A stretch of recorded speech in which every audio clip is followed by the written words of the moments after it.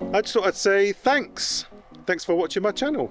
I'm quite surprised really that it's got to 2,000 subscribers, so thanks everyone for subscribing and watching my videos.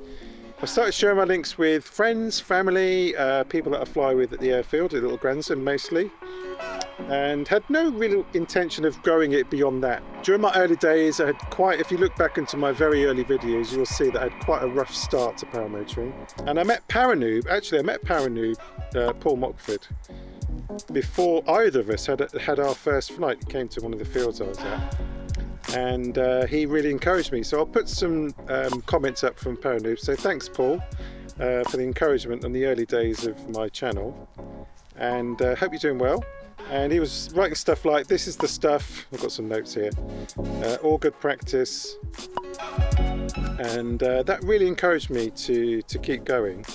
Then I got comments like, picking up my first paramotor tomorrow. All your fault, Mark. That was from John Rose. So hope it's going well, John. Each video takes me anywhere from between 4 and 10 hours to make. So it does take quite a bit of work to make a video. There was one point where I almost gave up trying to fly because I was so bad at it at the start. I had so much fear. I managed to get through that, and thanks to Nigel. Cheers, Nigel, for getting me through the psychological aspects of it. If you're just starting out and you're feeling scared, you have the fear, all of that, it's all totally normal. Yeah, as soon as the wings overhead, immediately dampen it, and then release the brake, check some throttle going, and there you go. As long as you do your pre-flight checks and all your gears being checked out and you've had good training, then you'll be totally fine. The wind is starting to drop off. I'm going to try and take the Moster up. I haven't been up in the Moster for a while. And when I get in the air, I'll go up, I'll go to idle, and then I'll talk about what's next for the channel. There are certain things I've deliberately not put in, so I'll talk about that and see you up in the air.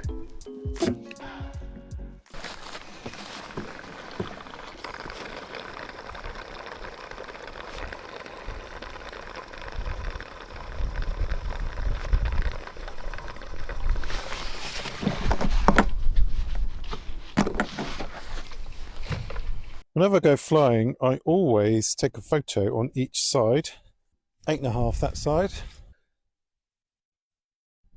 8 that side, and then I'll photograph it when I get back and put it into my flight log.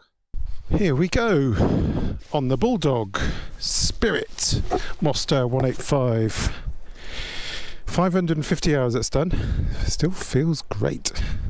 Clip up. First pull. Got the PPG smoke headset on today for the first time, version 3, so it's looking a bit windy. Feel that power of the Moster, love it.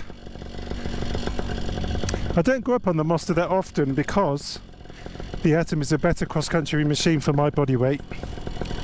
For just quick flights, going up high, mucking around with your mates, it's good to take it up now and again because you've got all that power, which is great.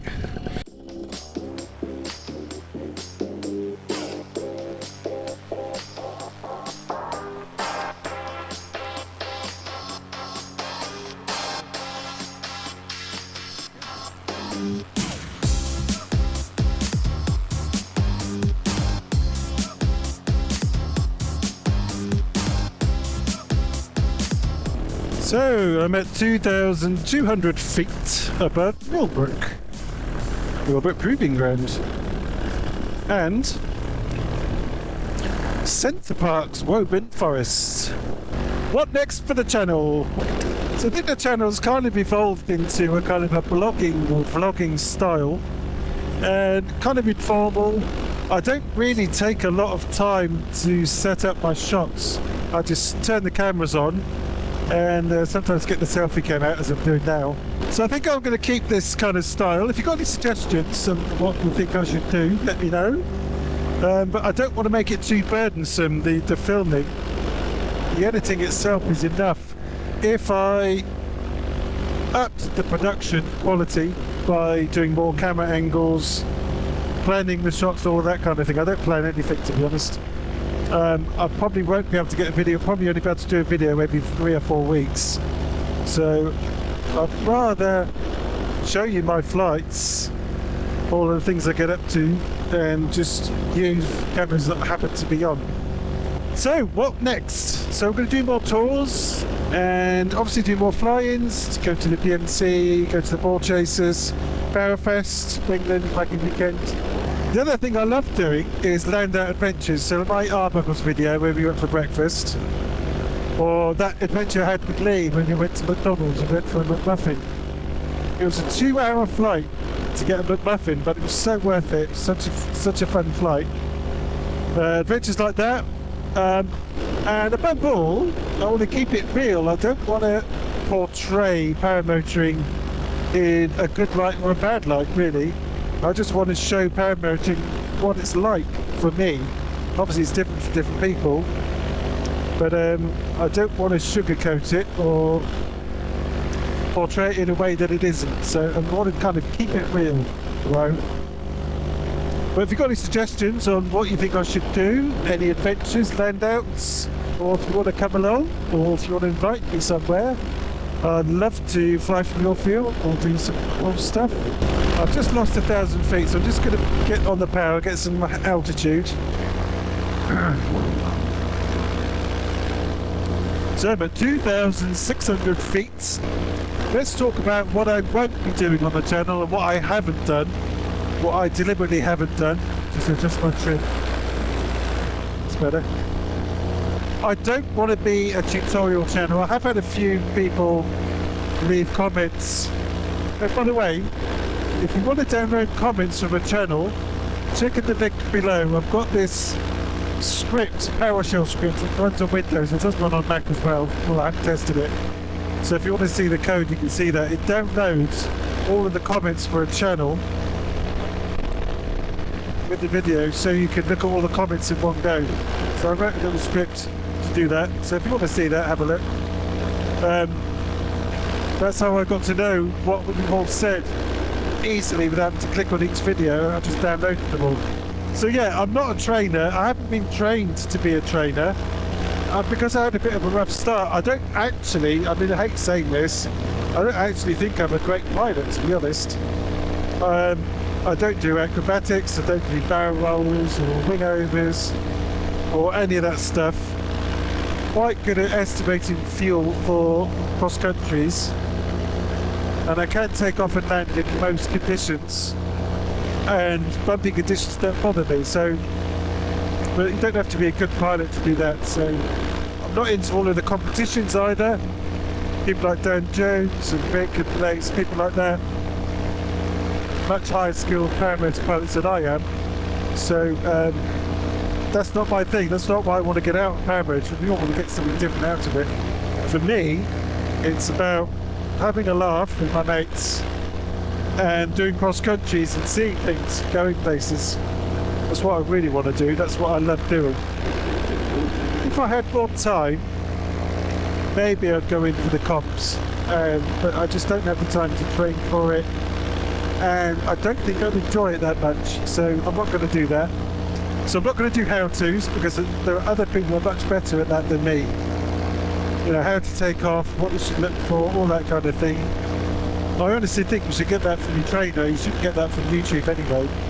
So if you want to get in touch, then if you click on the About page in YouTube, you'll see my email address there. Send an email. And thanks again for watching. Thanks for all the likes, all the comments you leave. I do read all the comments. The other thing I like about flying for me is going to new places and being able to take photographs. I used to be a keen amateur photographer. I started getting into it when I was 16 years old. I had my own darkroom at home, but still love taking photos. So I made a video actually on how to take photos from the paramotor. So if you want to see that, check the link down below.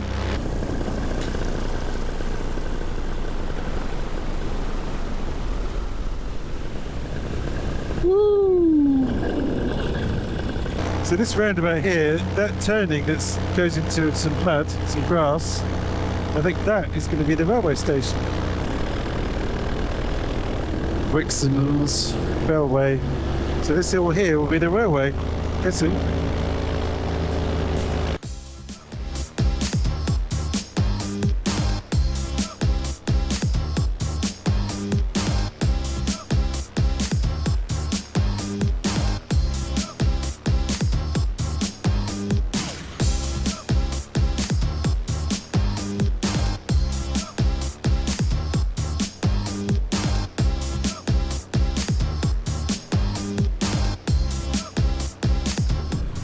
I am engine off.